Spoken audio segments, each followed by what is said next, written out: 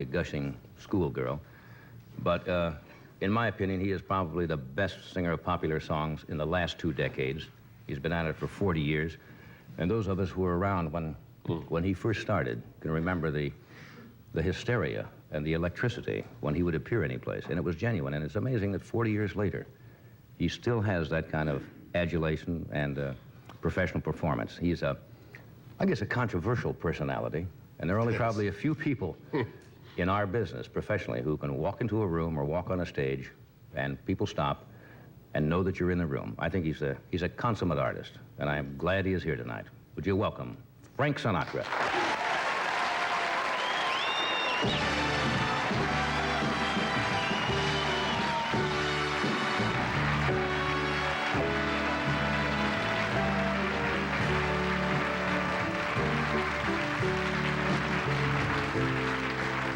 I've been alive forever, and I sang the very first song.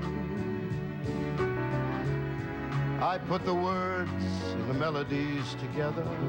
I am music, and I sing the songs. I sing the songs, make the whole world sing.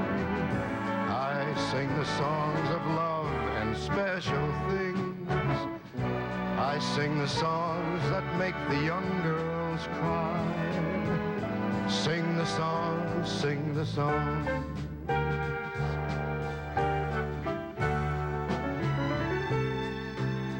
My home is deep within you, and I've got my own place in your soul. Now when I look out through your eyes, I am young again, even though I'm growing old. I sing the songs that make the whole world sing. I sing the songs of love and pretty things. I sing the songs that make some young girls cry. I sing the songs, I sing the songs. And my music will make you dance, get your spirit to take a chance. Music's from your heart, it's a real fine way to start. It's from me, it's to you, it's from you, it's to me, it's a real life symphony. I sing the songs that make the whole world sing. I sing the songs of love and special things. I sing the songs that make some young girls cry. I sing the songs, I sing the songs. I sing, and the whole world sings. I sing the songs of love and lovely things. I sing the songs that make the young girls cry. I sing the songs, I sing the songs. I am music, and I sing the songs.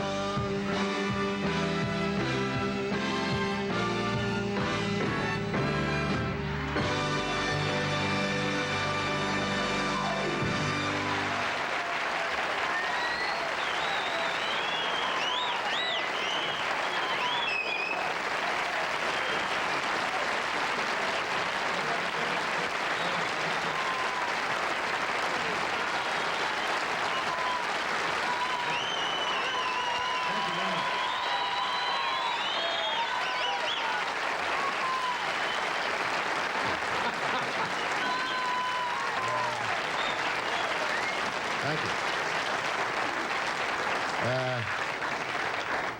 Listen, there's a lady turtle out in the hall. Wanted to know if dinner is still on. Am I going to have to put up with this every 14 years? You barging in here like this and singing a song? God, it's great to have you here. Thank you, John. I really mean it. It's so strange sitting here, watching you sing over there for what we pay You know. I said, my God, that's Frank Sinatra with $320. How would you like it, Frank? Large bills? Dimes. Dimes? Dimes. Who gives you dimes? Everybody. That's an old joke. Yes. How you feeling? I couldn't be better. I couldn't be happier. And I couldn't be younger. Yeah.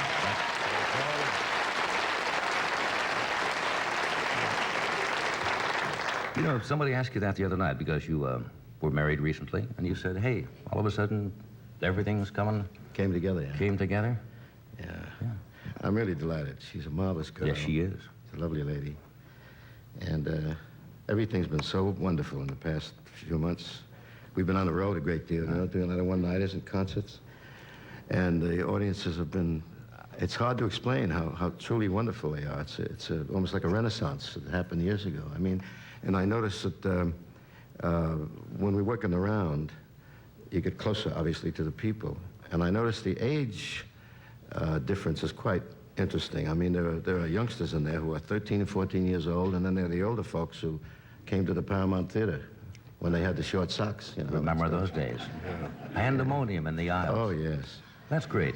A few years ago, you said that you kind of retired, and all of a sudden, now you're back at it. Oh, I meant it, Thank though, goodness. John. I meant it. I did. I really meant it. I had a great time for 2 years. Did you get bored? No, I didn't get bored. No, I really didn't. I did nothing. I wanted to do nothing after 32 or 33 years of working. I thought to myself, gee, it'd be nice to not have to get up in the morning and do that kind of jazz and so on and so forth. But then we got a great deal of pressure, not only from my own people, but my own family. And a lot of mail started coming in. And I tell you how interestingly wise the public is. They said, a couple of hundred letters said, well, why don't you at least make an album?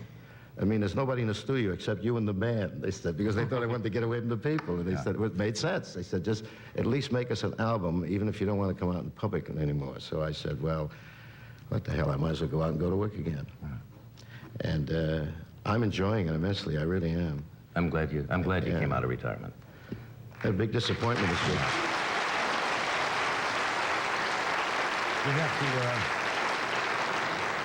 We got to do a commercial occasionally, you know, I understand to that, get your John. fee for this. Oh, absolutely. Also to get my fee for this. And we'll do this, and we'll be right back. There we are.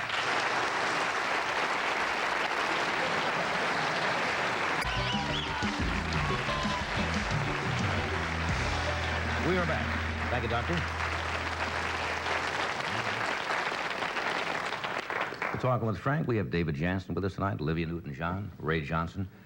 You have a tendency to make the papers frequently, Frank. Oh, I've been known to get my name in a few stories here and there. For periodicals. But I think in the past 6 months, the biggest thing was when you appeared on Jerry Lewis's telethon and walked out with Dean Martin. And apparently, I don't know how deep that feud was, but apparently they had not Well, it really was 20 talked. years old. 20 years, and they 20 hadn't years really... old, yeah. How'd that come about? Well, I called, I dreamed up the whole thing myself, and I called Drunky one day.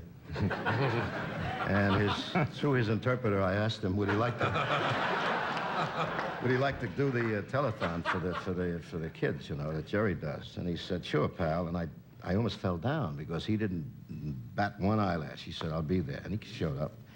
And it all turned out very nicely. I thought it was time that they at least spoke, you know. And I was very disappointed, however, when later I saw the Nobel Peace Prizes being given out, you know. So what's wrong with me? You know? They didn't give one this year, You did they? think that's easy to do, to get those two idiots together? Do they still communicate now? I mean, is that kind of over? I imagine that they're talking to each other anyway. Yeah. Jerry, of course, is in New York. He's gonna do Hellzapop, and I read in one of the trades. Yeah. Did you ever have a feud going with anybody for that length of time? I don't think so. Yeah. No. My feuds last about 2 minutes. You're quick to anger, but also you're quick to get it out, aren't you? That's true. Yeah. I guess we're just born that way. Some guys are, some guys aren't. You know what I mean? And there you are. Well, the press occasionally, seem to always print the things that make good copy, or they think make good copy.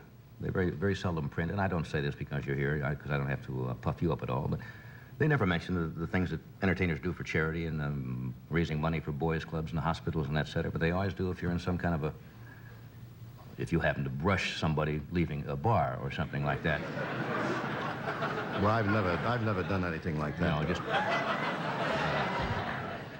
or, I think... If I'm going to brush anybody, he's going to get knocked down. I think... and I think the time you drove over the welcome wagon lady, I think that should have been covered. I mean, that's news, you know. Hey, you gotta now give you an indication of what he does. I know Sunday night's a big night at the Century Plaza for you because you're receiving the award from the Friends of the Hebrew University. Scopus Award. The Scopus Award, and that's... It's a wonderful honor, and I'm really getting a boot out of the idea. Because last year, I was the presenter, and the great maestro, Arthur Rubinstein, was the recipient. And, right. And a couple of months ago, when they called me and said, would you consent to accept the award, I nearly broke the guy's arm, so it didn't get away from me, you know. And I'm really honored and thrilled about it, because they're a great organization. They do a lot of good work. It's a great school. It's a wonderful university. Those are the kind of honors and awards you receive. They kind of make up for some of the other stuff that...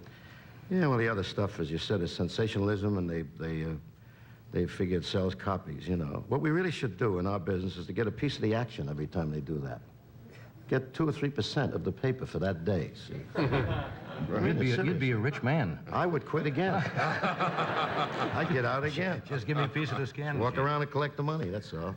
Tell me about the, I've been reading in the, about the Paul Key show, the Salute to John Wayne that's coming up, which you just, which I understand you MC. Yeah, I was the kind of Toastmaster for a taping that we did last week. It was a testimonial to the big guy, the Duke. And all of his friends came, people with whom he worked in films and so on, and they saw the gals. And it was really a marvelous night, a very touching night. I think he was very touched, Duke was.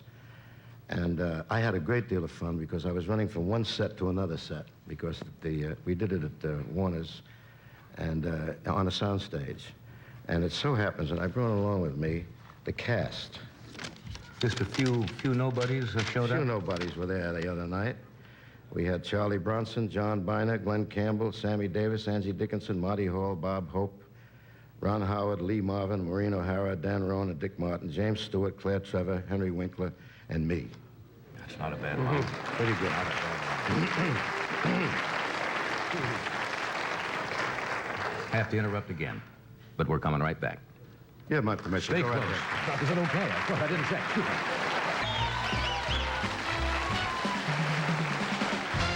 We're back. Can I ask a couple more questions? I know you got a recording session tonight. What's been the high point in your career? And everybody in our business have had low points. You've had them. Well, I think it's very difficult, John, to pick one particular moment. I think to think of a couple of them right away would be obviously winning the Academy Award for Eternity. From Here to Eternity. And then being involved, being a part of a film called Man with the Golden Arm, which I thought was a milestone. Was a milestone in the picture business. In personal appearances, of course, working any saloon is a high point for me. I just love to get out on the stage and work in the saloon. Yeah. And see the people. I think it's marvelous. And the saloons, I call them saloons, but I mean clubs, everybody's so close to us all the times. And even, for instance, tonight, it was fun coming here because I ran into people that I haven't seen because there are so many TV shows being done at the same time. And Mr. Fox, who's working next door, the garbage dealer, the junk man, he said to me, hey, baby, you want to go to Plains next Sunday with me to church? He said, we go. He did. He said, because I'm the only colored man I know who don't want to sit in the back of heaven. He's funny. Oh, he's funny. I grew up with you, listened to your music, in high school and so forth. It just occurred to me, crazy thought this afternoon. When you're in a romantic mood, and you're trying to make out, whose records do you put on?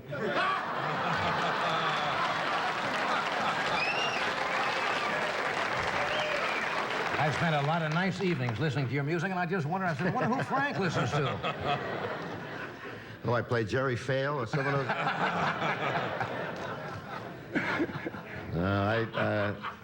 Interesting concept. Yes, it is. But I can answer that by telling you that in those lovely moments, I play Daphnis and Chloe, or the Sunken Cathedral, the Engulfed Cathedral, that kind of classy jazz. High class I don't stuff, fool around with all that other stuff.